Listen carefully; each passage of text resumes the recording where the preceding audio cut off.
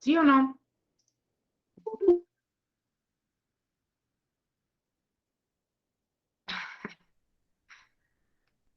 Y sí, leyendo cosas de sodio y potasio, y sí, sí, todo el impulso nervioso es de sodio y potasio, así que obviamente, o sea, son los dos iones que más participan, así que obviamente tenían que tener muy en claro, por eso les dije lo que habíamos visto en la unidad de permeabilidad.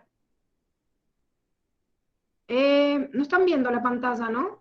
Ah, ahí está, ahora creo que se va a presentar.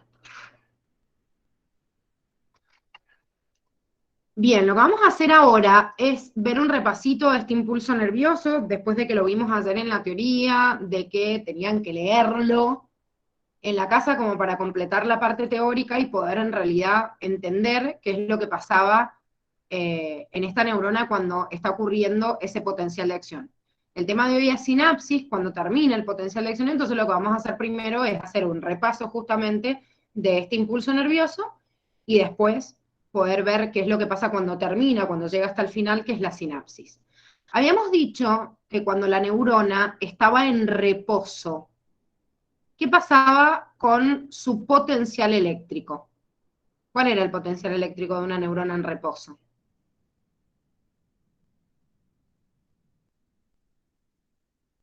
Háblenme, no me escriban que estoy dibujando y no veo el chat, porfa. Lo tengo en otra pantalla. -70. Bien, era de -70, o sea, era negativo. Quiere decir que cuando nosotros representamos gráficamente el reposo de una célula, y particularmente la neurona es de -70 milivolt, ¿sí? Obviamente en otras células puede ser otro valor, como habíamos dicho, el glóbulo rojo como ejemplo, o la célula vegetal, pero sí sabíamos que en el interior había un valor negativo. ¿Qué era este valor negativo? Este valor negativo de -70 milivolt es una sumatoria de todos los potenciales de equilibrio de cada uno de los iones que habitan dentro de la célula. Habíamos visto que el potencial de equilibrio del sodio es de más 55 milivolt, el del potasio es de menos 90, y así cada uno de los iones tiene un potencial de equilibrio que cuando lo sumamos todos a través de una ecuación que no calculamos y que la van a ver recién en fisiología, pero se llama ecuación de Nernst, llego al equilibrio, cuando la célula está contenta con ella misma, digamos, y está en reposo, y tiene un potencial de menos 70 milivolt.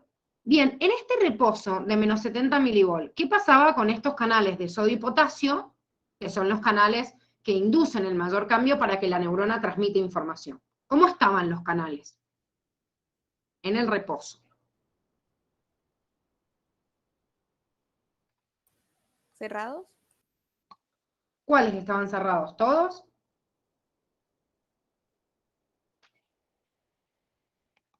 ¿El de sodio y el potasio?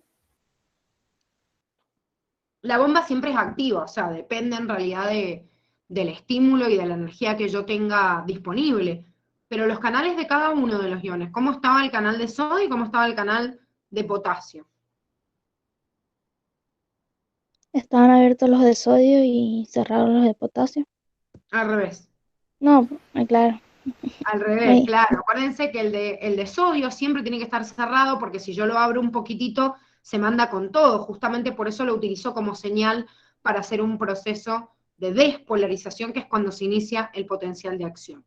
En cambio, el de potasio generalmente está abierto porque su potencial de equilibrio es muy parecido al de la célula, entonces no pasa nada. Si están abiertos, no se pierde mucho potasio y se vuelve a recuperar. Bueno, supongamos que a esta neurona le llega un estímulo, el que fuera, dependiendo obviamente del tipo de estímulo, va a ser a qué neurona puede llegar a excitar.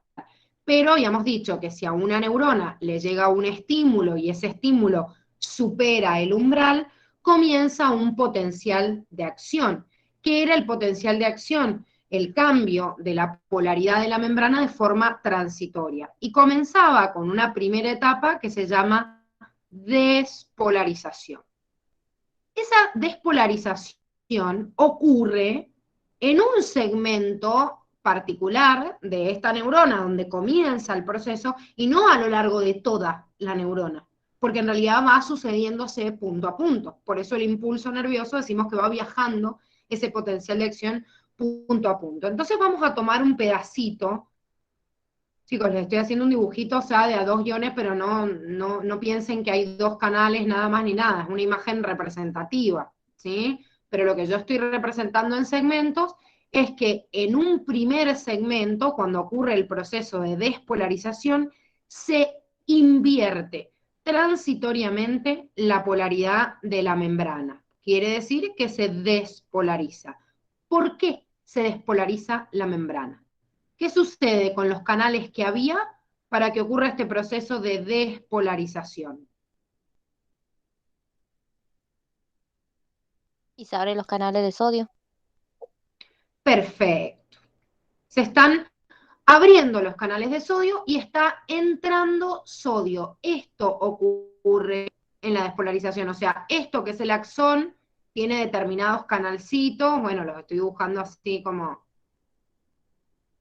con una rayita, pero supongamos que estas son las proteínas de estos canales de sodio. Bueno, a través de estos canales ingresa el sodio en este segmentito, que es en donde inicia. Entonces esto lleva a que los canales voltaje dependientes de sodio, se abrió uno por un estímulo, se llega al umbral y se empiezan a abrir en masa. ¿Qué quiere decir esto? Que estos canales voltaje dependiente de sodio es como que contagian a los siguientes canales para que se abran.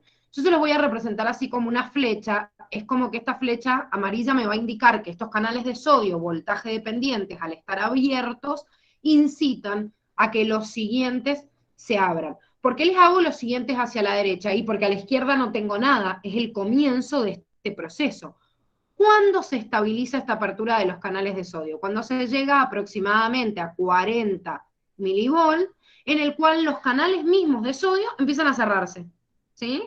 Pero fíjense, este segmentito de la neurona ahora está en fase 2, que significa esta despolarización que estamos dibujando, pero todo el otro segmento que queda todavía del axón sigue en estado de reposo, ¿sí? Esto que dura 3 milisegundos es un segmentito del axón que se despolariza cuando recibió una señal en un punto determinado. Entonces, supongamos que pasa un poquito más de tiempo, o sea, no sé, 1 milisegundo más, para que vaya corriendo sobre este axón esta señal. Este primer segmento que dibujamos acá, que está despolarizado, como los canales de sodio se van cerrando, se llega a más 40 milivolt, comienzan una siguiente fase. En realidad, vamos a agrupar acá las dos porque tanto en la repolarización como en la fase siguiente, que es la hiperpolarización, pasa lo mismo. ¿Qué pasa? ¿Qué pasaba en esa siguiente fase? Y se abrían los canales de potasio. Y los de sodio se Bien, cerraban. perfecto. Entonces, en este, voy a dibujar primero este segmento, en este segmento, que es el primero y en el cual estaba ocurriendo un proceso de despolarización, estos canales, vamos a dibujar así de vuelta los canales de sodio, los canales de sodio se bloquean porque están en periodo refractario, que habíamos dicho, ¿sí? Estos canales que dibujamos acá. Sin embargo, se van abriendo otros canalcitos, que son los canales que también están en la membrana de potasio, y permiten la salida de potasio. ¿Por qué el potasio sale? Y el potasio sale porque ahora que tengo un voltaje de más 40 milivolt, el voltaje es positivo, hay más potasio adentro que afuera, hay una carga positiva afuera, adentro con respecto a afuera, entonces el potasio tiene dos fuerzas que lo empujan, el potencial químico y el potencial eléctrico. En esta segunda fase, este segmentito que dibujamos acá vuelve a recuperar prácticamente el equilibrio eléctrico, no químico, y entra en esta fase de repolarización e hiperpolarización, en el cual incluso llega a un estado parecido al voltaje del potasio. ¿Sí? O sea, parecido al reposo, pero también parecido justamente al del reposo. Bien, ahora, fíjense esta flechita amarilla que habíamos dibujado recién, esta flecha de acá, y dijimos que este segmento que acá estaba despolarizándose, llevaba al siguiente segmento como contagio, digamos, el proceso de despolarización. Entonces este segmento que yo veo acá, ahora es el que está invirtiendo su polaridad, en donde los canales de sodio están abiertos y este segmentito de la neurona está en fase 2, que sería la despolarización. Otra vez, los canales voltaje dependiente van a tratar de incitar que el impulso nervioso se inicie para un lado y para el otro, contagiando a los canales de sodio voltaje dependientes de un lado a otro, pero como dijimos también recién, y por eso los tachamos acá con rojo, los canales de sodio están justamente bloqueados por periodo refractario. Entonces esto no ocurre. Ah, bueno, chicos, no sé, entonces lo tapo. Acabo de ver el chat que están hablando huevadas. Pónganse, a ver, están como los de atrás tirando avioncitos. Bueno, miren la otra parte del video. Fíjense, este segmento, entonces ahora despolarizándose, le dice al segmento de la derecha, dale, vos también despolarizate, los canales de sodio que se abran. Y a la izquierda no lo puede hacer, porque están en periodo refractario. Fíjense, este segmento entró en despolarización, pero otra vez los segmentos que todavía me quedan a continuación en esta neurona siguen en estado de reposo. Porque yo voy punto por punto llevando a cabo este proceso de transmitir el potencial de acción punto por punto y llevar a cabo el impulso nervioso a lo largo de todo el axón. Entonces, esto está todavía en estado 1. ¿Vamos bien o se perdieron ya?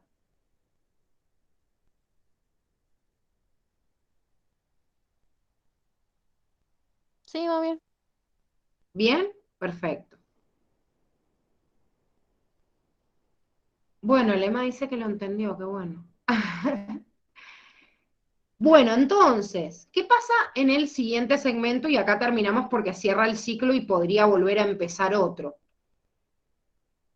En este mismo segmento, pero un ratito después en tiempo, este primer segmento que habíamos graficado acá, que estaba en repolarización o hiperpolarización, tiene que volver a restituir el reposo en un estado, digamos, le voy a poner 4 y no 1, porque hay una diferencia todavía. ¿Cuál es la diferencia? Fíjense que eléctricamente casi la neurona tiene la misma carga. O sea, sigue estando negativa adentro, positiva afuera. ¿Pero qué le pasa a esta neurona? Y en esta neurona, en este segmento, fíjense lo que pasó acá. Entró sodio y después salió potasio.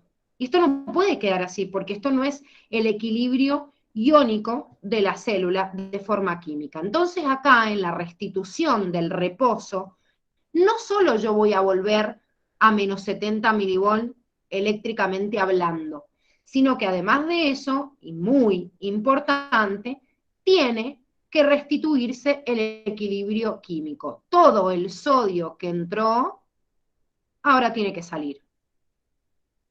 Y todo el potasio que salió, ahora tiene que entrar. ¿Y esto a través de quién lo hace? La bomba sodio-potasio. Perfecto. La bomba de sodio y potasio. Entonces, este segmentito que ahora está en fase 4, después de que actúa la bomba de sodio y potasio, restableció el valor eléctrico y químico del reposo. Y otra vez, fíjense, el segmentito que acá estaba en 2, se empiezan a cerrar los canales de sodio, se abren los de potasio, se pasa un interior nuevamente negativo y el exterior positivo, y entra en fase de repolarización o hiperpolarización. O sea, el que acá en esta gráfica hicimos como punto 3. Y otra vez, de acuerdo a esta flechita que estamos viendo acá, esa flechita me marcaba que voy a estimular el siguiente segmento, entonces, ¿qué va a pasar en el siguiente segmento? Y otra vez se va a despolarizar ese segmentito nuevo y va a entrar en fase 2. ¿Por qué? Porque se abren los canales de sodio, voltaje dependiente, y otra vez este segmento que se despolariza, que está acá, puede incitar a la despolarización a la derecha, pero otra vez hacia la izquierda no. ¿Por qué? Porque dijimos que estaban los canales en periodo refractario. Así, bueno, acá obviamente me queda nada más un segmentito chiquitito que todavía está en reposo, pero así va transitando punto por punto hasta que llega al final del axón y llega al botón axónico en el cual transmite la señal en forma de sinapsis, que es el tema que vamos a ver hoy. ¿Sí? ¿Se entendió? Sí, Miren que no es tan complicado, es nada más un mecanismo en escalerita que va pasando, pasando, pasando. ¿De qué va a depender? Fíjense, todo esto que hicimos en pasos, esta es una escalerita, ¿no? Desde que empezó en el primer segmento la despolarización hasta que se vuelve a repolarizar y vuelve el reposo. Esto dura 3 milisegundos, pero esos 3 milisegundos son en un segmentito del axón. Yo les he hecho un pedacito. Si esto continúa, tiene que seguir punto por punto transitando a lo largo de toda esa neurona. Entonces, esto también es importante entenderlo, porque no me va a llevar el mismo tiempo, por ejemplo, llevar una información en un axón que mide, no sé, 30 centímetros o en un axón que mide 50 centímetros. ¿Por qué? Porque este pedacito, esto que yo les dibujé, supongamos que era este pedacito de acá. Y esto se demora 3 milisegundos en ocurrir. Bueno, cada vez que va saltando, va yendo punto a punto en cada uno de estos, yo voy a hacer en toda esa distancia una sumatoria total, o sea, un tiempo total que me va a llevar transitar todo ese axón de 30 centímetros. Punto a punto, cada uno de esos segmentitos siempre con intensidad, como dijimos, constante. La intensidad no cambia, es al todo nada. Empecé en este punto y tengo que terminar acá. No se detiene, ni aumenta el voltaje, ni disminuye. Se demora todo un tiempo total entre llegar al final. Obviamente, como también demora lo mismo, que son 3 milisegundos, en transitar el mismo recorrido en este axón, obviamente acá, hasta llegar acá, el tiempo total, supongamos que este sea, no sé, el axón A, bueno, obviamente el tiempo total de B, que sería este, va a ser mayor, ¿sí? O sea, el tiempo de B, que me lleve a recorrer todo B, va a ser mayor que A, sí o sí, porque es más largo. Y todo esto va punto, punto, punto. Ahora, en los axones amielínicos, que no tienen mielina, esto voy punto por punto. Entonces salir punto por punto, esto me lleva un tiempo. Imagínense que en nosotros se calcula que me demoraría hasta 1 minuto recorrer desde la punta del dedo gordo hasta la médula, si tendría un axón amielínico, y sería incompatible con la vida. O sea, no solo en ese reflejo, digamos, de mover el pie, sino imagínense cosas más básicas como respuestas a algunos reflejos. Entonces, esto que estoy dibujando en naranja me va a estar representando las bandas que yo tengo de mielina a lo largo de un axón mielínico. ¿Qué pasa con el axón mielínico? Y el axón mielínico lleva también, desde que empieza el potencial de acción, un viaje punto por punto en todo este trayecto. Pero cuando llega acá salta y se transmite otra vez punto por punto, salta, punto por punto, salta, punto por punto. Entonces todo esto que salta, cada uno de estos segmentos se lo ahorra en tiempo. Si voy a poner, no sé, un tiempo total C, de demoro en transitar todo este axón, y bueno, obviamente que B en tiempo va a ser mucho mayor que C, porque aunque el axón tenga el mismo recorrido en distancia, todos los segmentitos de mielina los salto, entonces me lo ahorro en tiempo. Y por ende yo tendría que después hacer un dibujito, por ejemplo, esto que transitó acá, más este pedacito, más este de acá, bueno, y así lo hago, y claro, el recorrido que yo transité, ahorrándome todas las bandas mielinas, es cortito, entonces en tiempo me demoro mucho menos tiempo recorriendo un axón mielínico que amielínico. Por eso en los vertebrados y en los mamíferos, todas las conexiones, menos algunas que están en el cerebro, son con axones mielínicos. ¿Se entiende? Sí, Gise. Sí. Sí, Seba.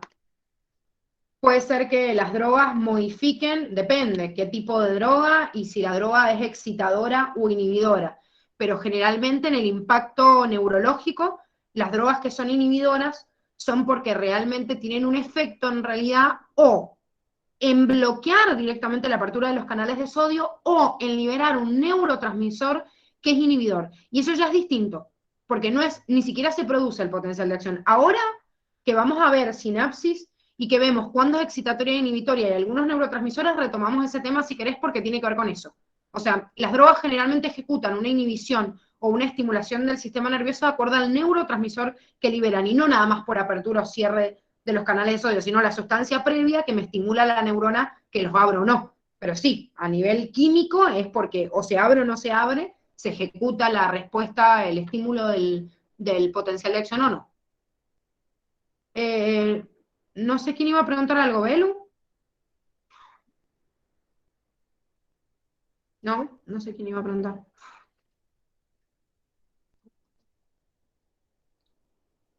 Bueno, empezamos entonces con sinapsis. ¿O hay alguna duda más de esto? Profe, cuando se trata cuando nos colocan analgésico en una cirugía algo, ¿cómo quién inhibiría ahí la entrada de ¿Analgésico, sodio? analgésico o anestésico? Anestésico, eso. Bien, los anestésicos lo que hacen es bloquearte justamente la apertura de los canales de sodio, entonces no dejas que se inicie el potencial de acción. Por eso te da algunos ejemplos como la procaína o la lidocaína, el cuadernillo de algunos anestésicos, pero todos los anestésicos hacen lo mismo, bloquean la apertura de los canales de sodio. Entonces nunca empieza. O sea, nunca iniciás desde acá, desde acá desde el punto 1. Entonces no inicia y bueno, listo, se bloquea directamente el impulso nervioso y toda esa neurona no conduce. Ah, bueno, ahí está. Bueno, como les decía, para terminar de entender en realidad este tema, lo que tenemos ahora que combinar es qué es lo que pasa cuando yo llego al final de porque este impulso nervioso me hace transitar por todo el axón. Pero después, ¿qué pasa? Y bueno, después lo que pasa es que justamente la neurona va a comunicarse con otras neuronas o con un órgano ejecutor a través de un proceso que se llama sinapsis. Cuando les digo otra neurona o les digo un órgano ejecutor, es porque el sistema nervioso sirve de comunicación entre otros tejidos. Entonces, la verdad es que puedo hacer un camino de neuronas entre sí, pero además de eso puedo ir a ejecutar una respuesta en lo que se llama órgano efector. El órgano efector puede ser un músculo o puede ser una glándula. Eso quiere decir que la neurona puede estimular al músculo para que se contraiga o puede decirle a una glándula que secrete una determinada sustancia a nivel sanguíneo para que después produzca una respuesta a largo plazo. Siempre la neurona de la cual viene viajando el potencial de acción, que está acá representado con una flecha roja, termina el axón en el botón sináptico, terminal sináptico, terminales axónicos, teledendrón, botón sináptico, bueno, tiene todos esos sinónimos, pero es la punta o el extremo del axón en el cual va a ocurrir la comunicación con otra célula. Esa comunicación se llama sinapsis. Y a la célula que continúa desde ese proceso de sinapsis se la llama célula postsináptica. Entonces, esta comunicación o sinapsis me clasifica una célula, que es una neurona presináptica o emisora, y una célula o neurona postsináptica receptora, que además de ser una neurona, como les dije recién, puede ser una glándula o un músculo. ¿Sí? Dice, Y recibe siempre esa señal, si es una neurona, a través de sus dendritas.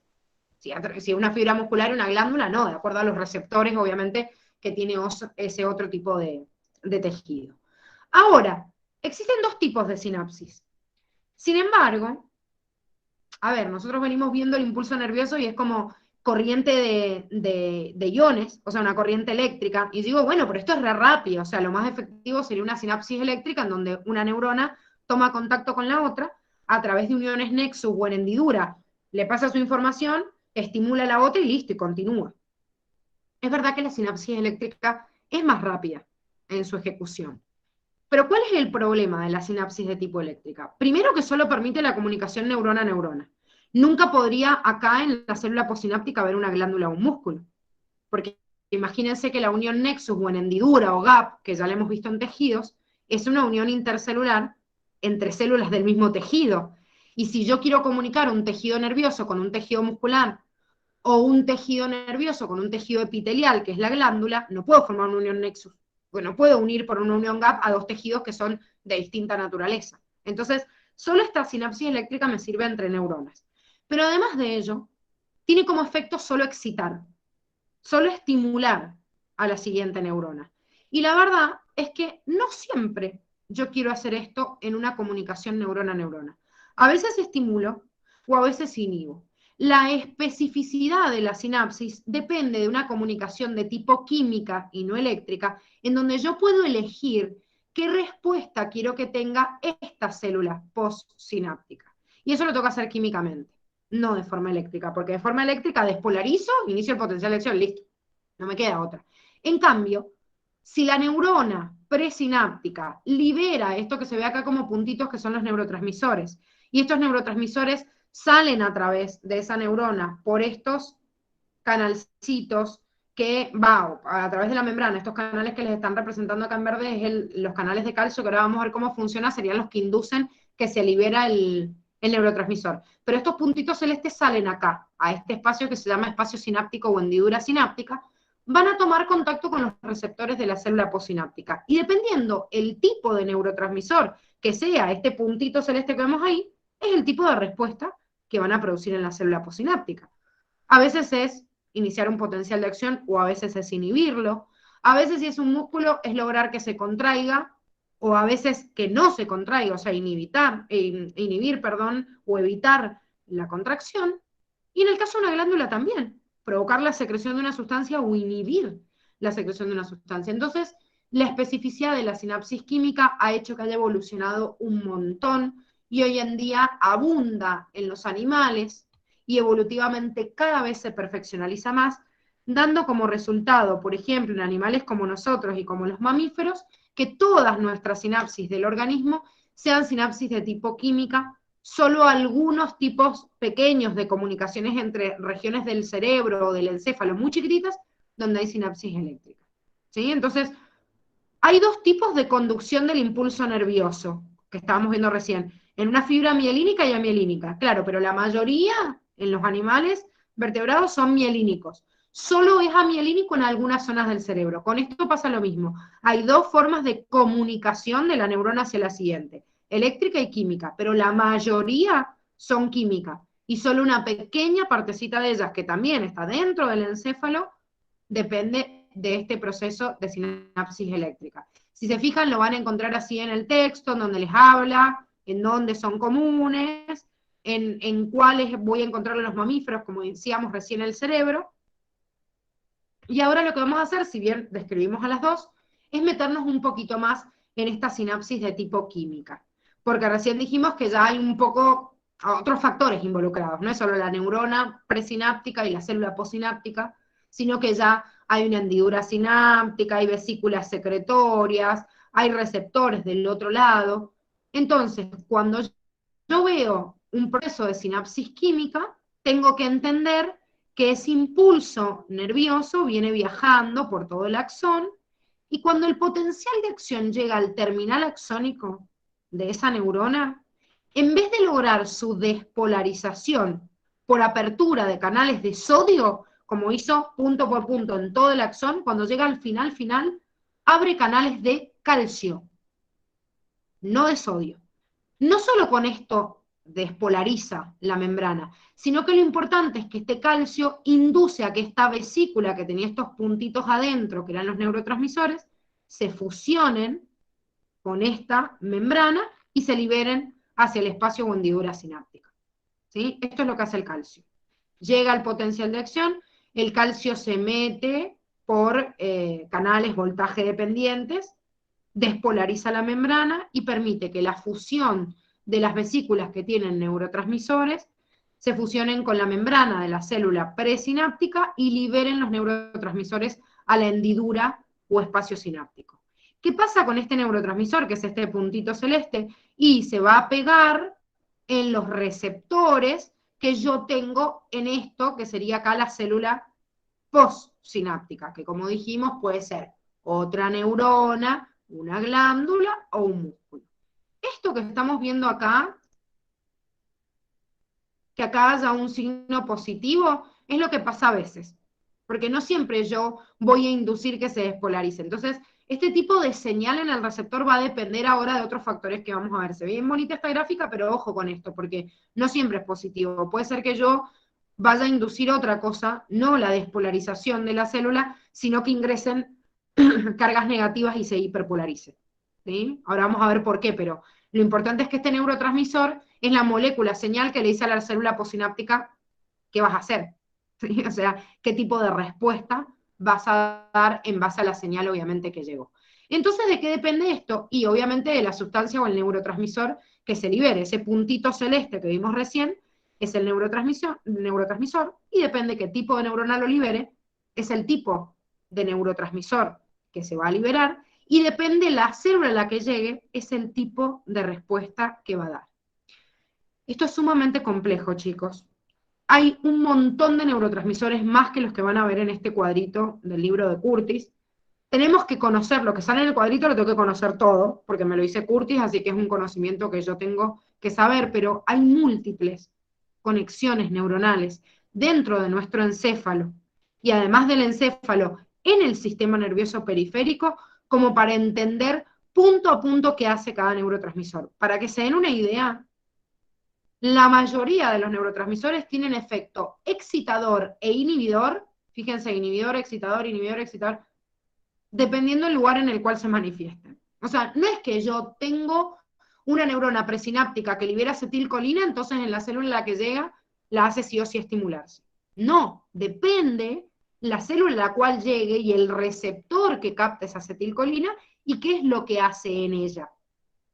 Estos dos, por ejemplo, acetilcolina y noradrenalina, los vamos a repasar bastante en la unidad que viene, que es sistema nervioso, porque el sistema nervioso autónomo, que se divide en dos ramas, que se llaman parasimpático y simpático, tiene como neurotransmisores efectores de su función la acetilcolina y la noradrenalina. Y es muy importante porque ahí nos damos cuenta, en ejemplos concretos, digo, pues no vamos a ver muchos ejemplos concretos en otras vías, pero en esa sí, nos damos cuenta que en un órgano que le llegue noradrenalina puede ser estimulante y acetilcolina inhibidor, pero en otro órgano distinto la acetilcolina estimula y la noradrenalina inhibe. Entonces, depende del receptor de la célula postsináptica que esté agarrando o recibiendo esa información. ¿Hasta acá se entiende? Sí, Giselle. Bien, con respecto a la pregunta que estás haciendo, Belu, de acuerdo al periodo refractario de los canales de sodio, nunca el potencial de acción y el impulso nervioso puede viajar en dirección opuesta. Entonces, como siempre voy de dendrita a axón, cuando termine ese axón, va a llegar hacia la otra neurona a una dendrita. Nunca podría entrar por una terminación o finalización, ¿sí? Siempre es de dendrita a axón, es unidireccional. ¿Sí? O sea que siempre voy de dendrita, cuerpo neuronal, axón, y el axón hace sinapsis con otra neurona o un órgano efector, pero si es una neurona llega a la dendrita. Bien, perfecto. Igual ahora hacemos un dibujito, Belu, cuando terminemos de ver esto, para que entiendan cómo se aunan todas las sinapsis de una neurona con otro. Estos 4 chicos son los neurotransmisores más comunes, los que más les preguntan. Igual tienen que saber, como les digo, el cuadro completo, pero tienen unos detalles un poco más grandes de estos 4 neurotransmisores, por eso son los que vamos a ver ahora. Los otros se los dejo para que los lean aparte y estudien la mínima característica que les da Curtis. La acetilcolina forma toda una vía dentro del sistema nervioso que se llaman vías colinérgicas, pero puede estar en el sistema nervioso periférico y en el central también. No, no siempre, Emma. A veces hay algunos que son propios del sistema nervioso central, otros del periférico y otros de ambos. Por ejemplo, la acetilcolina sí está en circuitos central y periférico, y en el caso de estos que estamos viendo acá, también, por eso les dice central y periférico. Pero vamos a ver otros neurotransmisores que solo están en el sistema nervioso central, o otros solo están en periféricos, depende también cuál es. No, Belu, no es que se liberan porque se les canta, necesitan siempre un estímulo, ¿sí? O sea, yo recibo un estímulo y en base a ese estímulo, obviamente la neurona, si se excita, inicia un potencial de acción y libera un determinado neurotransmisor, pero si nunca yo estimulé a esa neurona, nunca voy a liberar el transmisor químico, o sea, el neurotransmisor.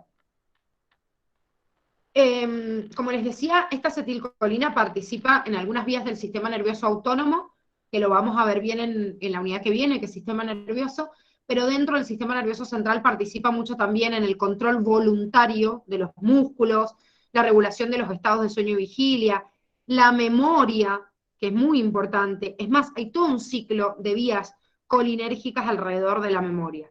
La falta de acetilcolina nos puede producir un montón de patologías, pero la degeneración de vías colinérgicas que rodean a la memoria nos produce una patología que es muy común, que es la enfermedad de Alzheimer, en la cual justamente como no hay una estimulación de las vías de la memoria alrededor por causa de la falencia de esta acetilcolina, se produce esta pérdida progresiva de la memoria a medida que se va degenerando cada vez más esta acetilcolina. En el caso de la noradrenalina, como les dije recién, también participa mucho en el sistema nervioso autónomo, así que también lo vamos a ver en la unidad que viene, que el sistema nervioso autónomo forma parte de una de las divisiones funcionales, pero que sus ramas salen por el periférico. Por eso no les dice acá SNA, pero en realidad el sistema nervioso autónomo es como una rama del periférico. Pero también puede ser inhibidor y excitador. Sin embargo, si bien en el sistema nervioso autónomo muchas veces inhibidor y excitador, dentro del sistema nervioso central, la mayoría de las veces es excitador y justamente está, digamos, participando en los estados de alerta, de la conducta, ya sea cognitiva, o sea, de pensamiento, raciocinio y emocional también, y controla mucho, como todos estos estados de activación general del cuerpo, que es tan importante en realidad que a nivel endocrino y por sangre también se liberan estas sustancias, esta adrenalina, que se la conoce también como epinefrina, o a la noradrenalina se la conoce como norepinefrina, y hay un sistema endocrino que también libera la misma sustancia, o sea que estas sustancias pueden ser neurotransmisores, pero también pueden ser hormonas. Entonces, cuando yo quiero generar un estado de estrés y de alerta en el organismo, rápidamente puedo liberar por el sistema nervioso estas sustancias. Y si quiero que ese estado de estrés perdure en el cuerpo, lo libera en una glándula que vamos a ver en endocrino, para que esa adrenalina siga circulando en sangre. Entonces, la respuesta es más duradera, que es lo que le pasa a las personas que tienen estrés crónico. El estrés crónico no es porque el nervio está todo el tiempo incitando, sino porque ya hay una alta cantidad de adrenalina liberada en la sangre a través de un sistema endocrino. Pero la función es la misma, y por eso, cuando hay exceso de adrenalina o noradrenalina, se generan algunos estados de excitación exacerbada, como pueden ser las manías, que esto se produce por exceso de estos neurotransmisores, y si baja, lo contrario, dan algunas depresiones clínicas que tienen que ver con la falta de estos neurotransmisores que excitan todo el tiempo, obviamente, al cuerpo. En el caso de la dopamina también es excitador inhibidor, también está en el sistema nervioso central y periférico, pero participa en algunos circuitos de movimientos voluntarios y es la principal, digamos, función que tiene. Y por ende, cuando falla este estado justamente del control de movimiento voluntario, da una patología que se llama Parkinson. Pero ojo que también participa en la excitación emocional. Por eso dicen que la dopamina es la hormona del amor o la hormona de la felicidad, porque en realidad todos estos estados así eufóricos, de alegría o emoción, hay una descarga muy importante de dopamina. Así como la inhibición de esta vía dopaminérgica provoca la enfermedad de Parkinson, al revés, la exacerbación de liberación de dopamina puede producir lo contrario, en la cual hay una hiperactividad generalizada del cuerpo, y como también estimulo a la excitación emocional que la controla el hipotálamo, genero algunos cuadros como por ejemplo la esquizofrenia. Entonces, no solo la dopamina aumenta como el estado motriz, sino también mental y emocional, que puede generar una esquizofrenia. No, Emma, no es que noradrenalina y adrenalina es lo mismo, son dos aminas biógenas distintas, o sea, varían muy poquito químicamente, pero son dos distintas. Lo que digo que es lo mismo es que a la noradrenalina se la llama también norepinefrina, y a la adrenalina se la llama también epinefrina. Eso es lo mismo, o sea, es sinónimo, digamos, un término con el otro. La noradrenalina y adrenalina no son exactamente lo mismo, pero son muy parecidas, ¿sí? Vamos a ver una fórmula de estas en endocrino, así las puedes comparar, pero son dos aminas biógenas distintas, pero son muy parecidas químicamente, pero son dos sustancias distintas. Lo que les decía es el sinónimo con el otro nombre, que acá, por ejemplo, les dice epinefrina en el caso de la adrenalina, pero no tienen abajo en noradrenalina norepinefrina, y también se lo puede llamar así.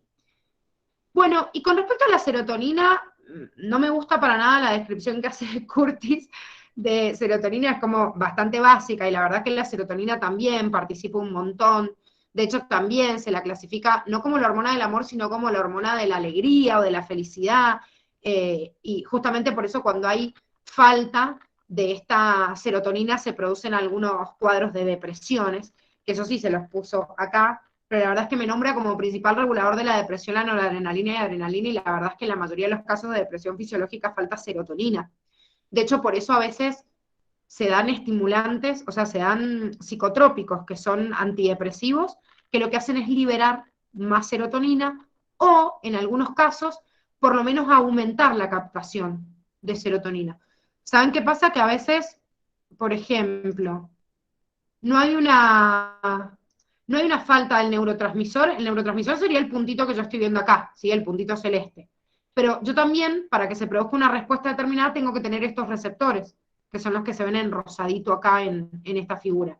Bueno, a veces, cuando hay falencias en el cuerpo, puede ser que no se libere la suficiente cantidad de neurotransmisores, o puede ser que la falencia es que falten de estos receptores. Entonces, si la falencia es que la neurona presináptica no libere el neurotransmisor, por ejemplo, hay antidepresivos que hacen que se libere más serotonina o más adrenalina.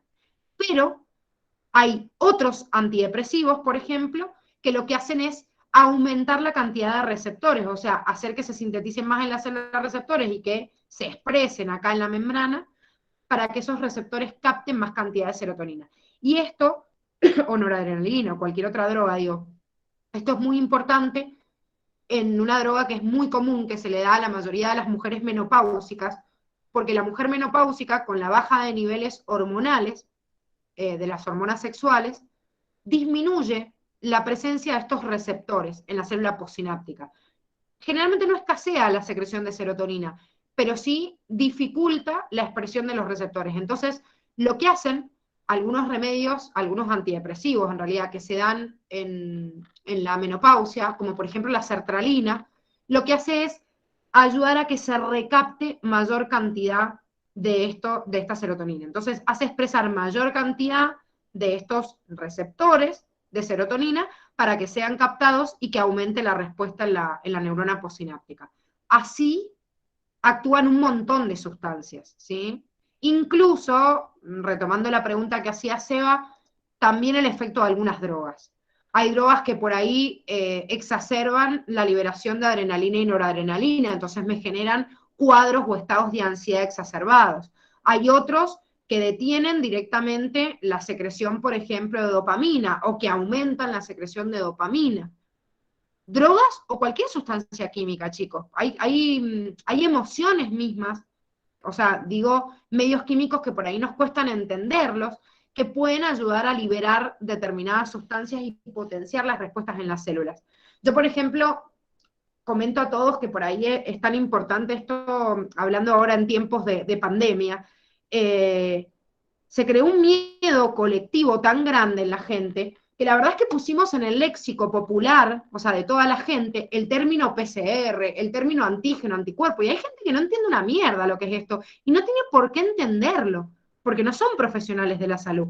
Entonces, claro, te bombardearon en 55 millones de noticieros que te ibas a cagar muriendo, que estabas viviendo un apocalipsis, que no podías salir de tu casa. Ese miedo genera tanta deficiencia de hormonas como por ejemplo la dopamina y la serotonina, que dificultan la reacción de muchas glándulas, incluso de respuestas del mismo sistema inmunológico, que hay personas que se terminan enfermando del mismo miedo.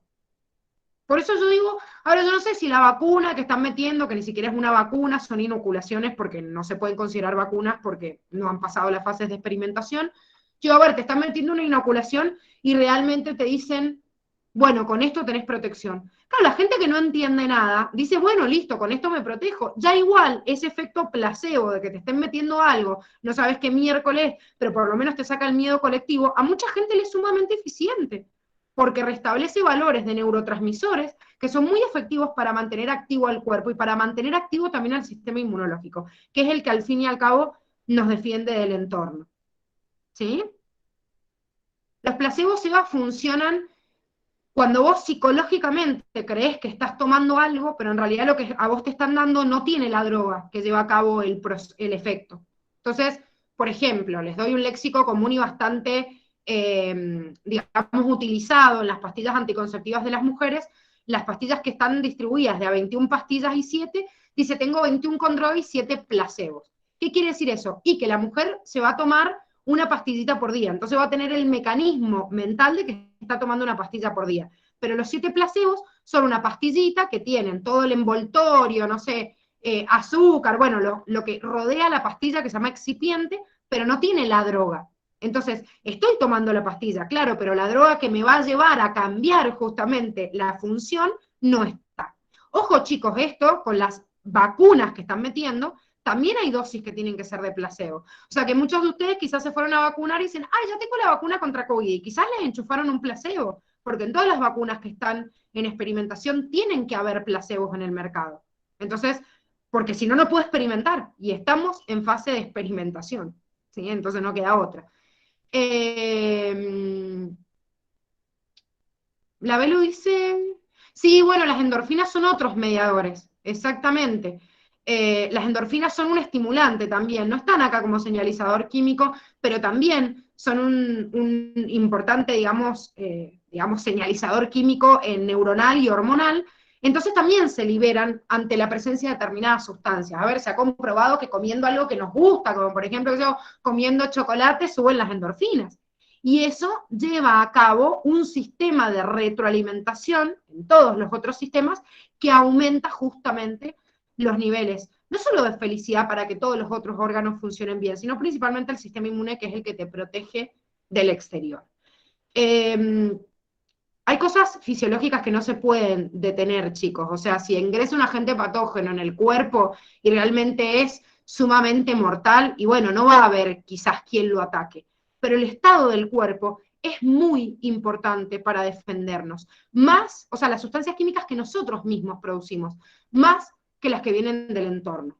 Yo siempre pongo el ejemplo muy gracioso de mi papá, que dentro de un montón de cosas tiene problemas porque, posta, o sea, él cree que es un superhéroe, o sea, cree que no es humano, cree que no se va a morir, pero crean o no, mi viejo tiene más de 60 años, hace pesas desde los 20 años, o sea, lo único que hace cuando está mal es entrenar, o sea, para él hacer ejercicio es lo único que lo frena, es más, en tiempo de crisis como la pandemia, lo único que hizo es hacer pesas, y en sus 62 años no ha ido nunca al médico, les estoy hablando nunca, es nunca. Una sola vez tuvo un accidente de tránsito en el cual quedó inconsciente porque lo chocaron, él iba en una moto, entonces, bueno, lo llevó a una camilla porque no podía, obviamente, reaccionar. Lógicamente se despertó en la guardia del hospital, se cortó el suero y se fue a la miércoles. Y él piensa que nada lo va a matar. O sea, y ese pensamiento que uno dice, bueno, no se puede ser tan tonto, no, pero evidentemente él se lo cree. O sea, y el creérselo en su sistema inmune es tan alto y tan efectivo que la verdad es que no se enferma. Y está en contacto, como todos estamos en contacto, de un montón de gente que puede tener un montón de patología. No es que solo con creérmela me sirve, y no, hay otros que tienen una mala suerte y un sistema inmunológico de mierda, y por más que tengan un montón de endorfinas y cosas, el sistema inmune es pobre, está fallado, pues tiene una inmunodeficiencia o lo que sea, ¿sí? Pero en realidad hay una, digamos, un convencimiento propio y un sistema químico que avala el estado de ánimo y que puede llevar a que todo el cuerpo funcione bien. Cuando uno se siente bien, libera sustancias químicas, o sea, no es esto de que nos metamos a hacer una cuestión metafísica, que yo les digo, tienen que estar en espíritu y mente. Yo no soy muy de esa onda, soy científica, así que me baso en un sistema químico, pero hay un sistema químico que respalda que ese estado emocional influye muchísimo en nuestro estado de equilibrio. La gente que está mal, que está depresiva, es blanco para un montón de patógenos y para que el sistema inmune colapse de forma más fácil. ¿Sí? Profe, Le hago una pregunta sobre esto. También un ejemplo puede ser, como por ejemplo, la gente que cree tan fuertemente que tiene algún tipo de enfermedad o problema, que no lo tiene, pero lo cree tan fuerte que le aparece. Totalmente. Y esto es al revés, es una estimulación excesiva que por ahí se genera en cuadros como por ejemplo la esquizofrenia. Son personas que hasta somatizan, pero esto es al revés, es una estimulación excesiva. Por ejemplo, una persona que tiene esquizofrenia cree que tiene una patología, cree que tiene. Entonces tiene tanta excitación que hasta su cuerpo manifiesta clínicamente la patología. Dice, no, ¿cuánta gente se inventaron COVID?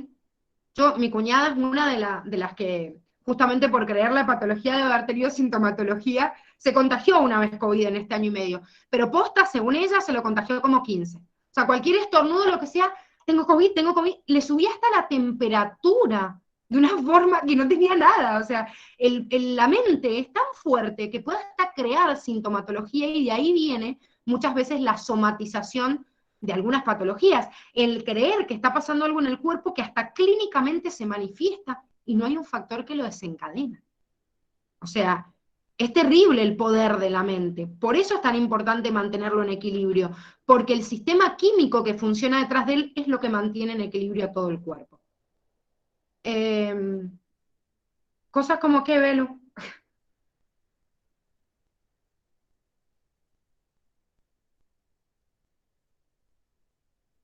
Bueno, Belu, no sé si crea un patógeno, porque el patógeno es algo que químicamente yo tengo que comprobar, pero que cree que existe, sí, puede ser.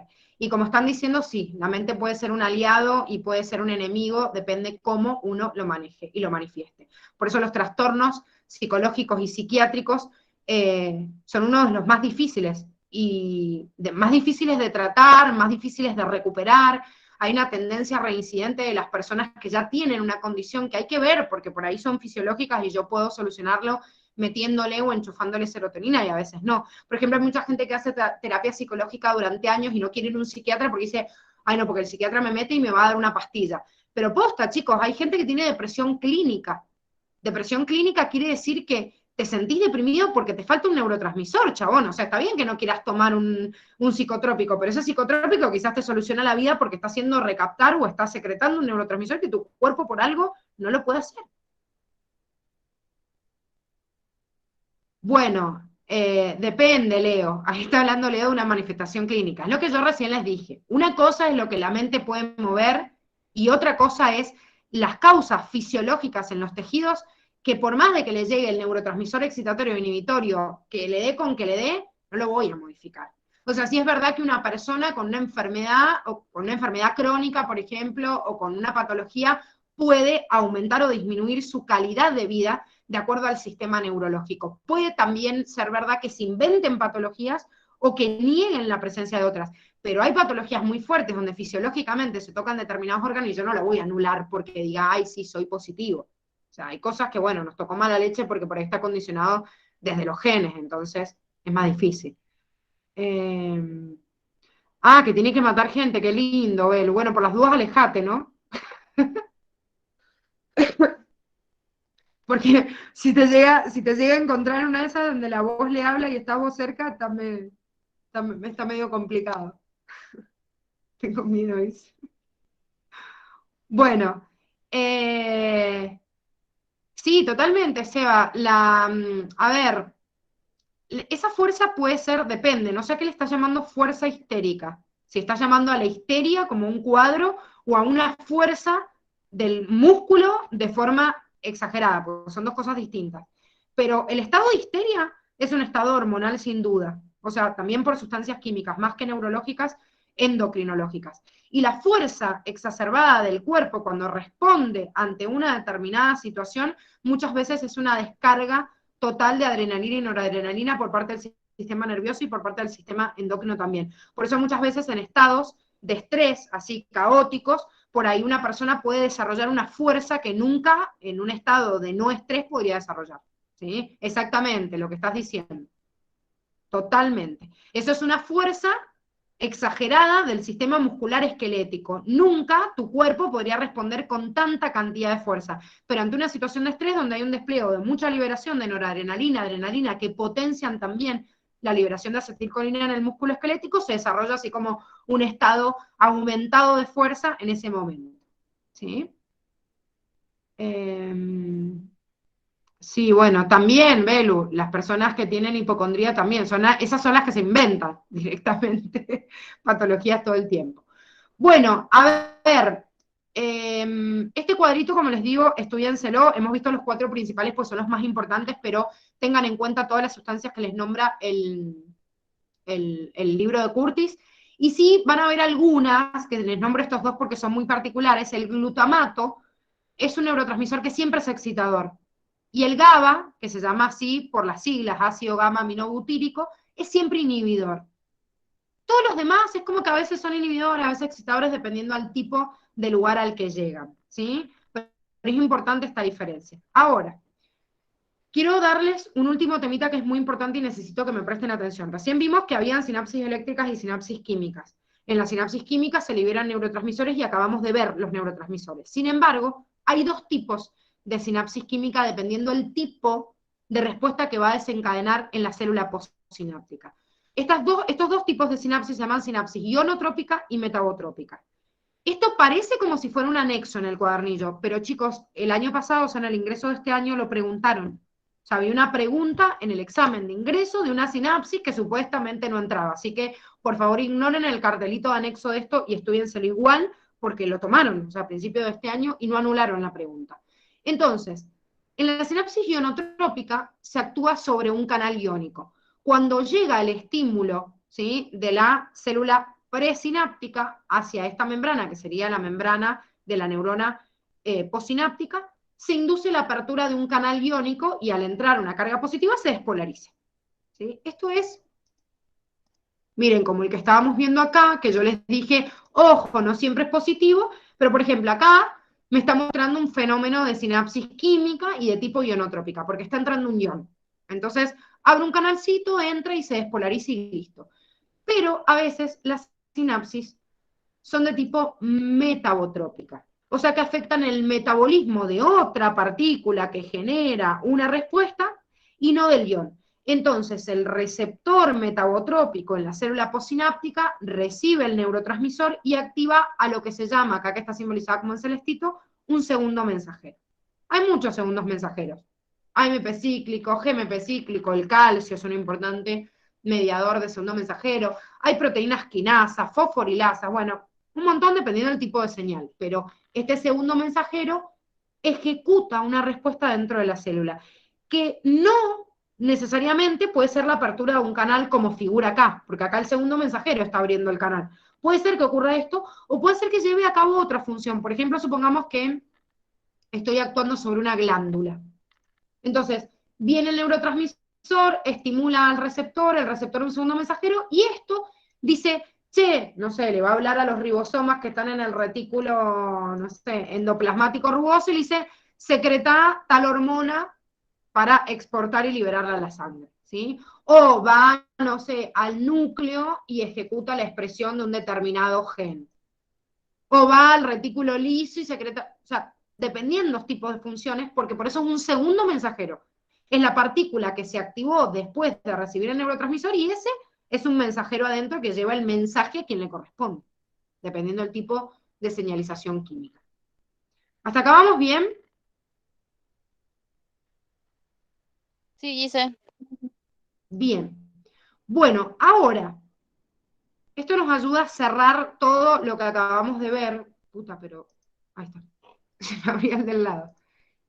Lo que acabamos de ver en cuanto a la combinación y la integración de toda la información sináptica de una neurona. Miren, hagamos de cuenta que esta es una neurona que va a llevar información a otra neurona, que la vamos a hacer de otro color. Entonces, claro, como dijimos, las neuronas tienen, no sé, estoy dibujando multipolares, pueden tener otra forma, pero las neuronas tienen dendritas, tienen axones, y siempre la sinapsis se produce en este punto que estamos viendo acá. ¿Por qué? Porque yo tengo la conexión entre el axón de una neurona y la dendrita de otra.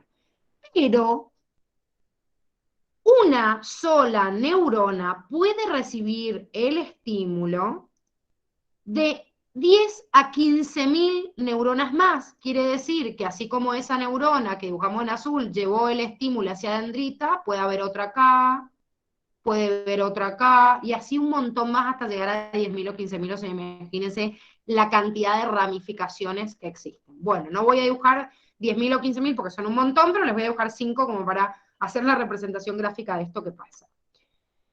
Como una neurona recibe la sinapsis de muchas otras neuronas, tiene que integrar la información sináptica para producir la respuesta y ver qué es lo que pasa en esta célula postsináptica, que es la que yo estoy dibujando acá en verde, ¿sí? Si yo tengo el ojo puesto en esta neurona verde, digo, bueno, ¿qué hace la neurona verde? Que es la postsináptica. ¿Qué respuesta ejecuta? Y va a depender de qué señal le da cada una de estas otras neuronas. Supongamos que esta neurona viene acá y libera un neurotransmisor, no sé, que es el GABA, entonces inhibidor. Bueno, inhibe la respuesta de esta neurona. Pero llega otra que libera, no sé, acetilcolina en un medio en donde es excitador. Y va otra en donde lleva una respuesta negativa, y otra una positiva. Y así hay muchas neuronas que llegan hacia la neurona postsináptica y cada una de ellas puede llevar un neurotransmisor que vaya a ejecutar en la neurona postsináptica una señal positiva o negativa. ¿Qué pasa con todos estos signitos que están viendo acá? O sea, son todos neurotransmisores que llegaron a esta neurona, se hace una sumatoria. Esa sumatoria me da como resultado un potencial excitador postsináptico o un potencial inhibidor postsináptico. En este caso, fíjense, uno me inhibe, otro me inhibe, pero 3 me estimulan, y bueno, la sumatoria de esto es como que se van anulando la respuesta de un neurotransmisor con el otro, me va a dar como resultado un potencial excitatorio postsináptico, ¿sí? O sea, de estos dos, voy a lograr este. ¿Por qué? Y porque llegaron más estímulos positivos que negativos. ¿Qué quiere decir que se generó un PEPS y no un PIPS? Que voy a poder superar el umbral y que el potencial de acción va a empezar a viajar por acá, por la neurona, ¿sí? ¿Qué va a inducir en esta neurona postsináptica acá, en las dendritas donde estoy recibiendo? La apertura de canales, tanto de sodio como de calcio, para que la neurona se despolarice. Entonces inicia el potencial de acción. Sin embargo, si a esta neurona le llegaran mucha cantidad de potenciales inhibitorios, supongamos, ay, no sé si esta hueá tiene, sí, sí tiene goma. Supongamos que, vamos a hacer un ejemplo, en donde hay otros neurotransmisores, otras neuronas que llegaron acá, y que ejecutan también estímulos negativos, ¿sí? Horrible las neuronas que estoy dibujando, pero bueno, es difícil con esto. Supongamos así, ¿sí? Que tengo muchas más señales negativas que llegan a esta neurona que las positivas. Entonces, la sumatoria de todo esto me va a dar un potencial inhibitorio, postsináptico, o sea, un PIPS, no un PEPS. ¿Y qué hacen en esta neurona si se genera un PIPS de todo lo que llegó acá? Hace que en la neurona entre cloruro, en vez de entrar sodio o entrar potasio, y no se genera el potencial de acción. Entonces esta neurona no excita a nadie. O sea, se queda así en el molde, no inicia un potencial de acción como si lo va a iniciar si llega un PEP. ¿Sí? Entonces, el PEPS excita a la neurona postsináptica porque la despolariza, y el PIPS genera un potencial postsináptico inhibitorio en donde ingresando cloruro hiperpolarizo la membrana, entonces de esta manera no ejecuto la respuesta o la inhibo. O sea que en este gráfico que habíamos visto general del potencial de acción, acá es el lugar en donde actúan los PEPS o los PIPS. Son los que aumentan, disminuyen el potencial hasta ver si se llega al umbral. Si yo ya llego al umbral, listo, ya está, el potencial de acción ocurrió. O sea que yo hago una sumatoria previa en las dendritas, como vimos acá. Esto, el PEPS o el PIPS, me saca una resultante hasta acá. ¿Qué es lo que pasa con todo esto y en este punto? Si la sumatoria me da positiva, inicio acá un potencial de acción porque generé el umbral. Si la resultante me da un PIPS, o sea, me da un negativo, no lo inicio. No se superó el umbral, no comienza el potencial de acción. O sea que de acuerdo a lo que nosotros acabamos de ver acá, si me llegaron muchos estímulos negativos, no se genera este umbral que estoy viendo acá, y todo esto no ocurre, porque todo esto, que es el potencial de acción, requiere de la superación del umbral para llevarse a cabo.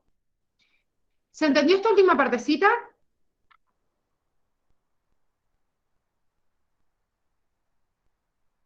Sí, Giselle. Bien. Con esto, chicos, terminamos toda la unidad de neurona. ¿Ha quedado algo como colgado? Sí, Seba, igual le hace falta como la lectura de esta parte porque veo que había muchos que habían llegado hasta potencial de acción y no habían alcanzado a leer sinapsis.